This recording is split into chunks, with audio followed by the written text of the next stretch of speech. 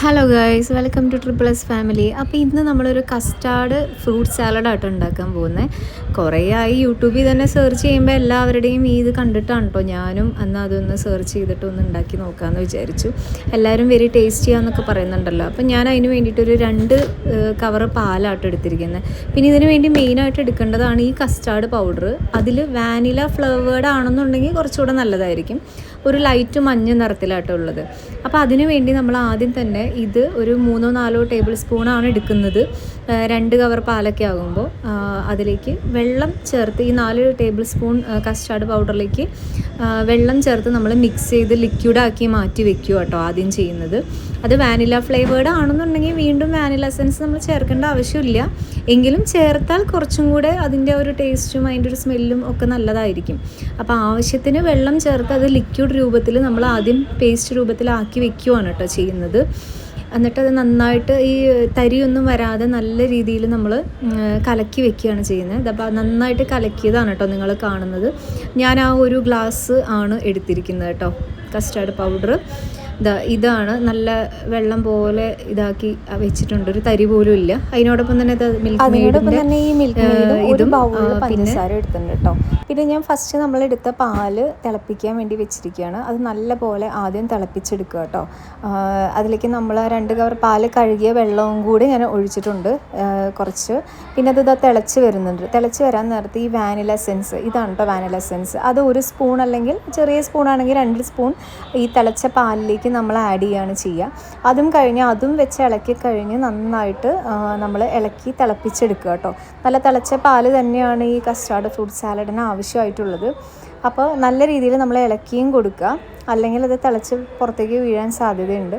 അപ്പോൾ നമ്മൾ ഈ കസ്റ്റാർഡ് ഫ്രൂട്ട് സാലഡിൻ്റെ ഒക്കെ ആ ഒരു സ്മെല്ലും ഇതൊക്കെ ഒരു ഐസ്ക്രീമിൻ്റെ ആ ഒരു ടേസ്റ്റും ആ ഒരു സ്മെല്ലൊക്കെയാണ് നമുക്ക് വരിക.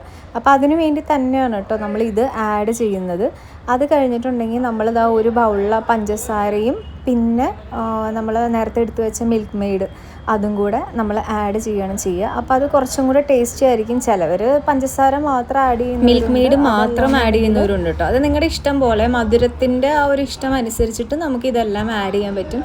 എന്ത് തന്നെയാണെങ്കിലും ഈ ഫ്രൂട്ട് സാലഡ് അല്ലെങ്കിൽ ഐസ്ക്രീം ബേസ് ചെയ്തിട്ടുള്ള നമ്മൾ ഇങ്ങനെയുള്ള കാര്യങ്ങൾ ഉണ്ടാക്കുമ്പോൾ സ്വീറ്റ് ആണല്ലോ എല്ലാവരും ഇഷ്ടപ്പെടുക. അപ്പോൾ നിങ്ങളുടെ ഇഷ്ടത്തിനനുസരിച്ച് അത് ചേർക്കാവുന്നതാണ്. പിന്നെ നമ്മൾ കസ്റ്റാർഡ് പൗഡർ നേരത്തെ വെള്ളത്തിൽ കലക്കി വെച്ചിട്ടുണ്ടായിരുന്നു. അതാണ് നമ്മൾ ഈ തിളച്ച പാലിലേക്ക് ഇട്ട് കൊടുക്കുന്ന ആ ഒരു ലൈറ്റ് മഞ്ഞ കളറിലാണ് വരിക. അതിട്ട് വീണ്ടും ഒന്നും കൂടെ നമ്മൾ ചൂടാക്കുകയാണ് കേട്ടോ ചെയ്യുന്നത്. അപ്പോൾ തന്നെ ആ ഒരു ഫ്രൂട്ട് സാലഡിൻ്റെ ലിക്വിഡ് ഫോം ഇവിടെ റെഡി ആയി കഴിഞ്ഞു കേട്ടോ. നമ്മൾ ഇതെല്ലാം ഇട്ട് കഴിഞ്ഞിട്ട് വീണ്ടും നല്ല രീതിയിൽ ഇളക്കി കൊടുക്കുക കേട്ടോ ചെയ്യുന്നത്. ഈ ഒരു ഒരുപാട് ലിക്വിഡും അല്ല എന്നാൽ ഒരുപാട് കുറുകിയിട്ടും ഇല്ല, ആ ഒരു രീതിയിൽ നമ്മൾ എടുക്കുകയാണ് ചെയ്യുക. ഇത് നന്നായി തിളച്ചു അല്ലെങ്കിൽ എല്ലാം കൂടെ നന്നായിട്ട് മിക്സായി എന്ന് നമ്മൾ മനസ്സിലാക്കി കഴിഞ്ഞിട്ടുണ്ടെങ്കിൽ നമുക്ക് ഗ്യാസ് ഓഫ് ചെയ്തിട്ട് നമ്മൾ ഇറക്കി വെക്കുകയാണ് ചെയ്യുക. പിന്നെ ഇതെന്താ ചെയ്യേണ്ടതെന്ന് വെച്ചാൽ നമ്മൾ ഈ നല്ല തിളച്ചായിരിക്കുമല്ലോ ഇരിക്കുക, അപ്പോൾ നല്ല ചൂടായിരിക്കും. ഏകദേശം ഒരു അരമണിക്കൂർ നമ്മൾ വെക്കുമ്പോഴത്തേക്കും ഇതിൻ്റെ ചൂടൊക്കെ ആറിയിട്ടുണ്ടാകും. ചൂടാറിക്കഴിഞ്ഞാൽ അപ്പം തന്നെ നമ്മളൊരു 2-3 മണിക്കൂർ ഫ്രിഡ്ജിൽ വെച്ച് തണുപ്പിക്കുകയാണ് ചെയ്യുക. നമ്മൾ ഫ്രീസറിലല്ല, നോർമൽ കൂളിംഗ് കിട്ടുന്ന പോലെ സാധാരണ നമ്മൾ ഫ്രിഡ്ജിലേക്ക് വെച്ച് ഇത് തണുപ്പിച്ചെടുക്കുകയാണ് ചെയ്യുക. ഒരു 5 മണിക്കൂറൊക്കെ വെച്ചാൽ അത്രയും നല്ലതാണ്. അങ്ങനെ നമ്മൾ വെക്കുക. പിന്നെ അതിനോടൊപ്പം തന്നെ ഇതിലേക്ക് ഇടാനുള്ള ഫ്രൂട്ട്സ് ഞാൻ നേരത്തെ കട്ട് ചെയ്തിട്ട് ഫ്രീസറിൽ വെച്ചിട്ടുണ്ട്. അപ്പോൾ കുറച്ചുകൂടെ നല്ലോണം തണുത്ത് കിട്ടാൻ വേണ്ടിയിട്ട് നമ്മളിടുന്ന ഫ്രൂട്ട്സും കൂടെ ഇങ്ങനെ നമ്മൾ തണുപ്പിച്ചെടുക്കേണ്ട ആവശ്യമുണ്ട്. ഞാൻ ഒരുപാട് ഫ്രൂട്ട്സ് ഒന്നും എടുത്തിട്ടില്ല. ബ്ലാക്ക് മുന്തിരി, പിന്നെ ഗ്രീൻ മുന്തിരി, പിന്നെ ബനാന, ഏത്തപ്പഴമാണ് എടുത്തിരിക്കുന്നത്.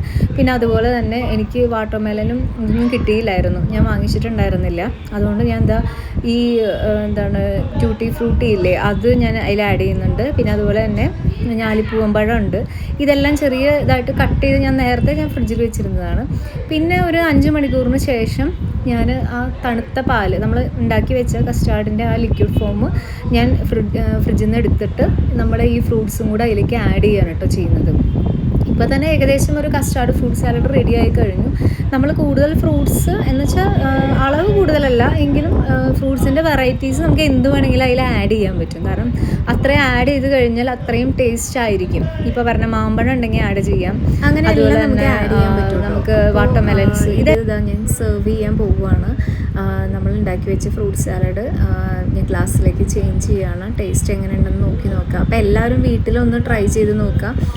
ഇപ്പോൾ ഈ സമ്മർ വെക്കേഷനിൽ കുട്ടികൾക്കെല്ലാം ഉണ്ടാക്കി കൊടുക്കാൻ പറ്റിയ നല്ലൊരു ഐറ്റമാണ്. ചൂടുകാലത്ത് കഴിക്കാൻ പറ്റിയ ഒരു നല്ല ഐറ്റമാണ്. ഈവനിങ് സ്നാക്കൊക്കെ ആയിട്ട് നമുക്ക് യൂസ് ചെയ്യാൻ പറ്റും. അപ്പോൾ എല്ലാവരും നല്ല രീതിയിലൊന്ന് ഉണ്ടാക്കി നോക്കുക. ഞാനും യൂട്യൂബിൽ കണ്ടിട്ട് തന്നെയാണ് ഉണ്ടാക്കിയത്. പക്ഷെ നന്നായിട്ടുണ്ടായിരുന്നു, എല്ലാവർക്കും ഇഷ്ടപ്പെട്ടു. അപ്പോൾ എല്ലാവരും കഴിച്ചു നോക്കുക, ഉണ്ടാക്കി നോക്കുക. അപ്പോൾ അടുത്ത വീഡിയോ കാണാം. Bye bye.